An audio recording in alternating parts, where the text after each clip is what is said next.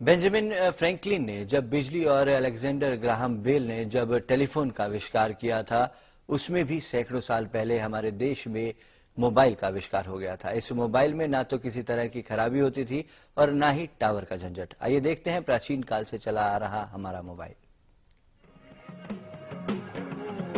ये है प्रतापगढ़ के दूर दराज के आदिवासी इलाकों का मोबाइल यानी ढोल। आज भी ढोल के जरिए यहाँ संदेश देने की परंपरा कायम है। ढोल की आवाज सुनकर ही लोग समझ जाते हैं कि क्या संदेश है। ढोल की थाप, एक थाप का अलग अर्थ है, उसका अलग मैसेज है। ढाई थाप का मतलब ये है कि मान लीजिए कि किसी की दुर्घटना में मौत वगैरह हो गई है, महिला की मृत्यु हो गई है, तो ढाई थाप से वो एक समझ जाएंगे कि ढाई थाप का मतलब ये है कि महिला की मृत्यु हुई है। तीन थाप का मतलब शायद किसी पुरुष की मृत्यु हुई है। इसी तरीके से उन्होंने सांकेतिक अपनी भाषा बना रखी है। ढोल की थाप के माध्यम से वो ये बताते हैं कि हम ये मैसेज देना चाहते हैं, एकत्रित होना चाहते हैं या किसी एक विशेष स्थान पर पहुंचना चाहते हैं। अगर कहीं लड़ाई झगड़ा विवाद हो गया, सबको इकट्ठा करना, तो वो भी इकट्ठा करने का ढोल भी बजता है, तो उससे भी लोग इकट्ठे होकर के फिर जहाँ जाना होता है सामूहिक रूप में जाते हैं। तो ढोल एक तरह से हमारे मोबाइल का काम करता है। यह हमारे आदिवासी में आज से नहीं, सदियों पुरानी परंपरा चलती आ रही है और चलती रहेगी, क्योंकि ये बहुत बड़ी मतलब सुविधा है हमारे।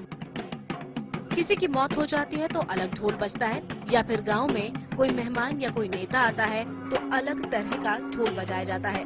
जैसे देखिए, राज्य के संसदीय सचिव पहुंचे तो कैसा ढोल बज रहा है। वहीं शादी ब्याह के मौके पर सबसे पहले गणपति स्थापना का ढोल बजाया जाता है, जो खुशी को भी दर्शाता है। संदेश देने की इस पारंपरिक व्यवस्था में फायदा ये है कि मोबाइल तो ठप हो सकता है, लेकिन ये ढोल नहीं। कम्युनिकेशन मीडियम है ढोल के थ्रू आदिवासी बेल्ट में। ये अगर देखा जाए तो आज लेटेस्ट वर्ल्ड में जो मोबाइल है उसका काम कर रहा है, और पुराने साधन बहुत इफेक्टिव हैं। मोबाइल तो अगर मान लीजिए टावर पे अगर लाइट्स नहीं है, रेस खत्म हो गई तो मोबाइल ठप भी हो सकता है, कंप्यूटराइज्ड प्रणाली ठप हो सकती है, पर ये माध्यम ठप नहीं हो सकता। एक ही वक्त में कई गांव में संदेश पहुंच सके, इसलिए खुली जगह पर या फिर पहाड़ी पर खड़े होकर ढोल बजाया जाता है।